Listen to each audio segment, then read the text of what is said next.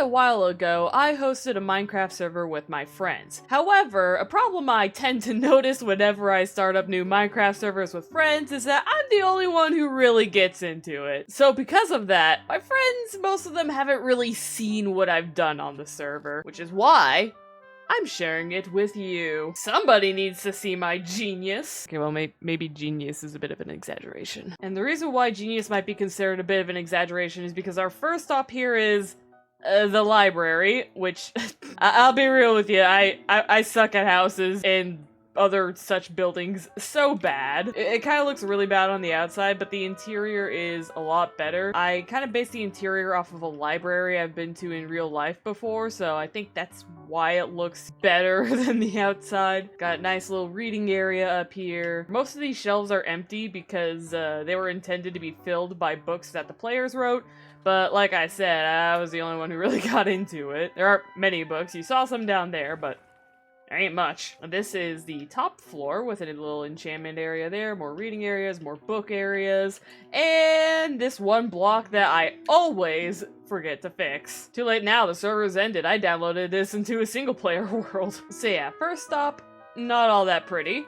But aside from the public library, let's take a look at my base. Behold my beach Right, skeleton horses are around.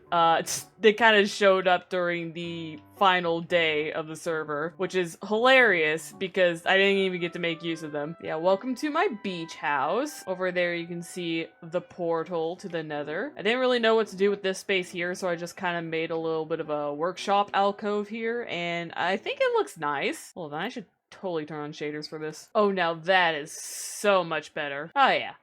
This works. Let's head back down the path this way to the beach because you can get another nice view of the house on the outside here. Now, the inspiration for the sort of, I guess, terrain I went for here, the sort of shape of the house, is because in this area, this pool kind of like naturally spawned, but I did reshape it a little, fixed it up with a lot of aesthetic bits and bobs. And there's also a naturally forming pool down here that I took advantage of. And a nice little area to just kind of sit and relax right here. Down here, down these steps, we have our little villager trading area. It's nothing fancy, nothing special, but, you know, it has what we needed. At the time I built this, I kind of really struggled with really incorporating texture into my build, so I'm pretty proud of the floor here that I did with the granite and brick mix. Makes it look a lot better. This here is Dense Dennis. He sold me efficiency 4, but then another guy decided to outsell him, so now the only thing he's really useful for is density 5, which is why he's Dense Dennis. Behold, the guy who stole his job. And down here is just a mine shaft. Let's get back up by using the underwater tunnel, shall we? Just because we can. Although this path is also pretty nice to use here. Just, yeah. Over in this spot we have sort of like an outside spar and bar. That's not how you say those things. My bad. Hold on, let's try that again. Outside here we have a nice bar and spa. The spa was also inspired by the way the terrain naturally generated. There's like a small pool of water here. I decided to expand it, turn it into a hot tub. And beyond the bar here, we have our little enchantment area, which I think looks... sorry, one of my friends placed that sign there. I forgot that was there. But yeah, this is our little enchantment area. It's kind of built into the wall there. I think it looks really nice. You can see that I really tried to make all of my functional stuff as aesthetic as possible. The enchantment table, the brewing stands, you know how it is. This isn't functional. Over here we have the carrot farm, which was very useful for training with the farmer villager. You can kind of see from here that the, I suppose, territory of my house is kind of marked by these big rocks on either end at the beach. You can see I made somewhat of little reefs here. I'm pretty sure real reefs don't look like this, but I thought it looked nice. Unwisely so, I'm not exactly the type of person to use reference images for my Minecraft builds. So let's enter the house through this way, through the porch, and welcome to the awful interior.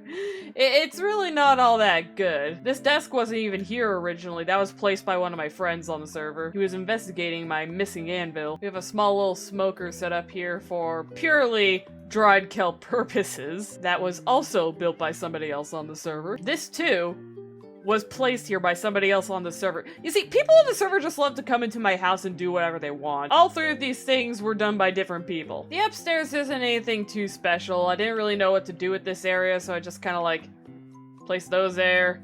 There are a couple Endermen here. This is kind of like the bedroom. It's not a very good looking one. This was before the time of shelves, so yeah. Back downstairs, we can go over here where we can see the storage room. Somewhat organized, not too specifically so. And we've got some stuff up here for overflow, which, fun fact, yeah, the overflow chests are kind of useless because I had never ended up using most of them. Only one of them has been used. And these over here are for valuable items, of which I had many. A lot. Valuable items and otherworldly items and redstone and all that stuff. I've got a lot of junk. But through these doors, we can go to this little area that you could see from the outside earlier. It's just kind of like a little greenhouse of sorts. It's not exactly the most functional thing in the world. I guess if I wanted to use a composter, sure, but it's mostly just here to look nice. If we go outside here, we can go through the nether portal to show you our next stop. Oh, this is kind of cool, actually. Wait, hold on. That's kind of cool. Unfortunately, in the world download, yeah, the nether didn't transfer over. I don't know where I went wrong with that. Wait, what the? Wait, hold on. The nether looks different! Is it because I loaded this world on a later version than what it was made in? I'm lost. So because we can't use the portal to get to the next build, I guess I'm just gonna have to go find it. Worry not, I know exactly where it is. It's pretty far out, though. Oh. I think we found it! Yeah! So, before I show you this final build, my magnum opus, you need to understand that this build project had been in my head for years before I ended up building it. And I did an initial mock-up in creative mode at one point, but it was so much smaller than what we have here. And I think this is easily one of the most impressive builds I've ever done. I consider myself pretty... a little bit above average as a builder, but, you know, nothing too special. But this, I'm proud of this. So welcome to the Holy Grounds. And when I say holy, as you can probably see, I mean hole-y. 111 blocks by 111 blocks. This hole is the biggest project I've ever worked on, and I'm so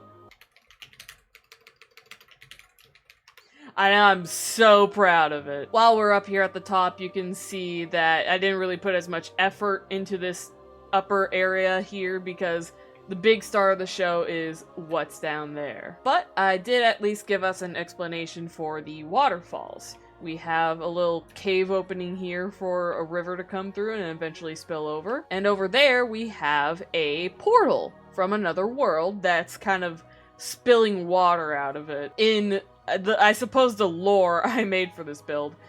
They're not just holy because it's a big hole. No, it's holy because the people of this world, I suppose, sort of worship these grounds because of the portal. They believe the portal was placed there by gods of sort to send them fresh water from the spirit world. And so, hence, holy water, holy grounds. You can see we're going down this sort of spiral path into the hole. I've got this sort of like really rickety bridge. This hole was initially entirely cleared out, and I had some of my friends log onto the server to help me, but none of them really saw the completed result because all of these blocks you see within the diameter were placed by hand. My hand. And it took me so long. See, we go through like a little tunnel here. The path is lined with like lanterns, primarily for the purpose of mobs not spawning often.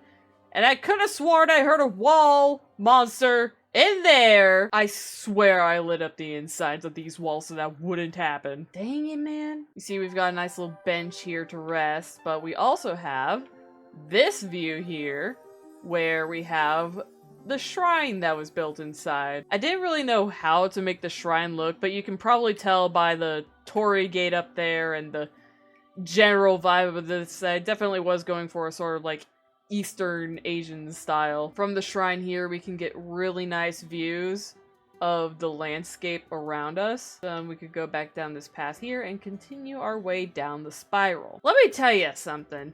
This this goes down to Y level -50, okay? And the deep slate would have been so much more difficult to remove, and this build would have taken so much longer to build had it not been for the fact that there was a massive cavern inside of, like, the center of where I was building, which is pretty lucky, because I didn't choose the location based on the cavern that was in the center. I chose it based on the fact that it was inside of a ring of mountains that were naturally generated. Down here you can see more man-made objects like these mini shrines and bells, and I didn't really know what I was going for with this, but I just felt like something needed to be here. So, yeah.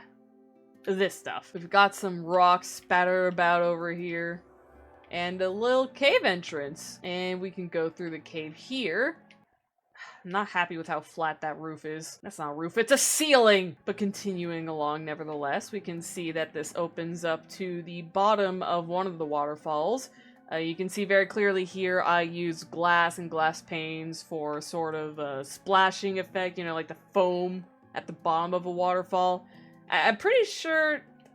I don't think I did it right to make it realistic, but I tried. We have another branching path over there, which we'll get to later, but we can come out this way, and we can get this view of the bottom of one of the waterfalls. This is beautiful. Hold on, if we just, like, change the time again to, like... Well, that's not giving us a good amount of sunlight. Bah, that's too much sunlight!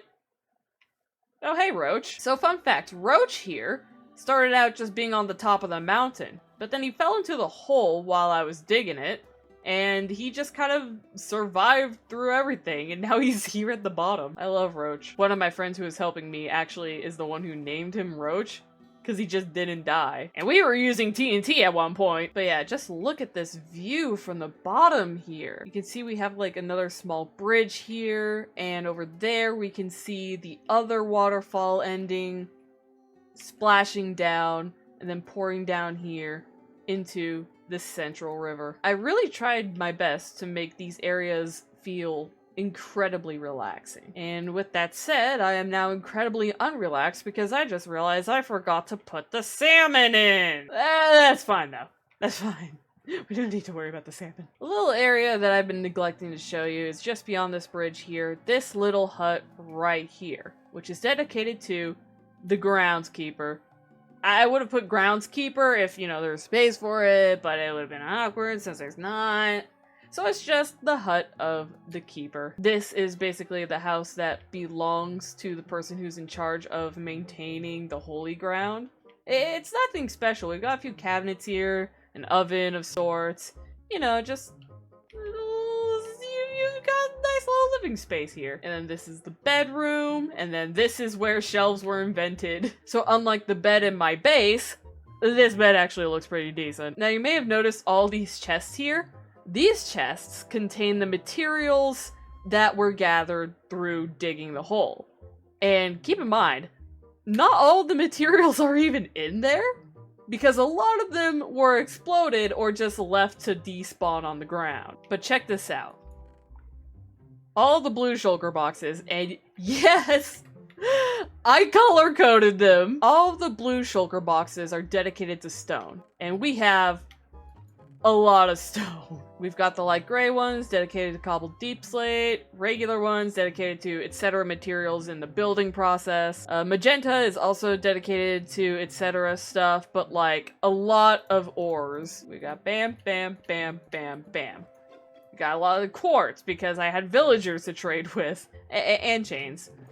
We've got blocks of copper, blocks of coal, iron, more copper, freaking emeralds, because again, I had villagers I was trading with in order to repair my tools and get rid of excess stone. Iron, gold, lapis, redstone. I have the diamonds in a separate shulker box, but unfortunately my player data did not transfer over to the single player world. We have a bunch of deep slate, some cobblestone, we have a lot of moss stuff, moss and azalea actually. And the reason we have so much moss is because at some point I started using moss to mine out the deep slate. Turn into moss, mine the moss. We tried a whole lot of methods while excavating this hole. And a good portion of the moss was used for the floor, all over the area. We've got dirt, gravel, you know, basically stuff to dig. A couple more shulker boxes of stone.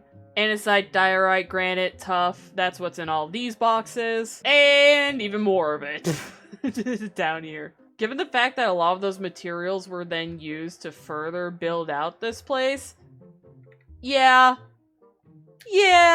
A lot of the stone I excavated got placed, same with the dirt and grass and the moss and the deep slate. It was a lot of mining, even despite the giant cavern. Speaking of giant cavern, let's go explore that little tunnel that I passed over, shall we? Hold on, I forgot to point out this nice little bench I have here. So this here is the tunnel we neglected to explore. Up this way, you can see that we have a naturally forming amethyst geode, whoops, that I altered a little, and another naturally forming amethyst geode that I altered a little. Yeah, you can tell it's natural because look at those. Look at them. We've got the budding, what's it called? The broken, the cracked. Yeah. And I just sort of turned this spot into like a nice little relaxing area with some water pouring down from the wall, and it's just really nice and pleasant. And that's kind of what this entire build is supposed to be. It's supposed to be pleasant. I do feel like there's more I could have done with the ceiling here. Maybe use some glow berries, but man, it just wasn't on my mind at the time. I worked on this so much. My brain was not...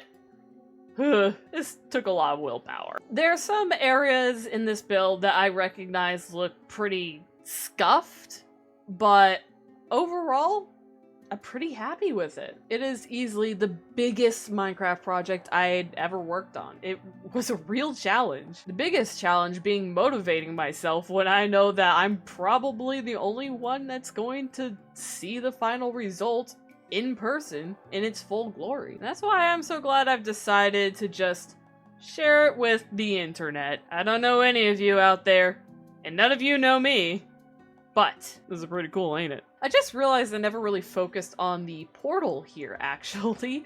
I swear the grid in the back doesn't show up when I'm not using shaders. But I really like the portal because it's kind of reminiscent with the glowstone and the blue look to it. It's kind of reminiscent of the Aether portal. And every OG Minecrafter knows about the Aether. But, you know, it's still not quite that. It's not exactly the same. It's kind of like its own thing. And you can see that there are just like rocks scattered about because I feel like when the portal appeared, it kind of like exploded the side of the hill there and just scattered the rocks all around it. And because of that, I feel like I probably should have added a few rocks down there, but it's too late now. Noted for the future. All the mountains on the outer edge are completely naturally generated. I did kind of like mess with the sides a little by placing moss so that it kind of transitions well. Oh, dang it, I forgot to cover that part in moss. There are always little details you notice after you're done. But yeah, overall, the big vibe I wanted to go with this big project here is just a pleasant place. A very beautiful place. And I feel like I've accomplished that. Okay, let's let it turn night for once so that you can see what the place looks like in the darkness. Of course, you can see that everywhere's pretty much glowing because of all the lanterns I place. You've got the shrine, inside the caves, the bridges, all sorts of places all lit up in the dark.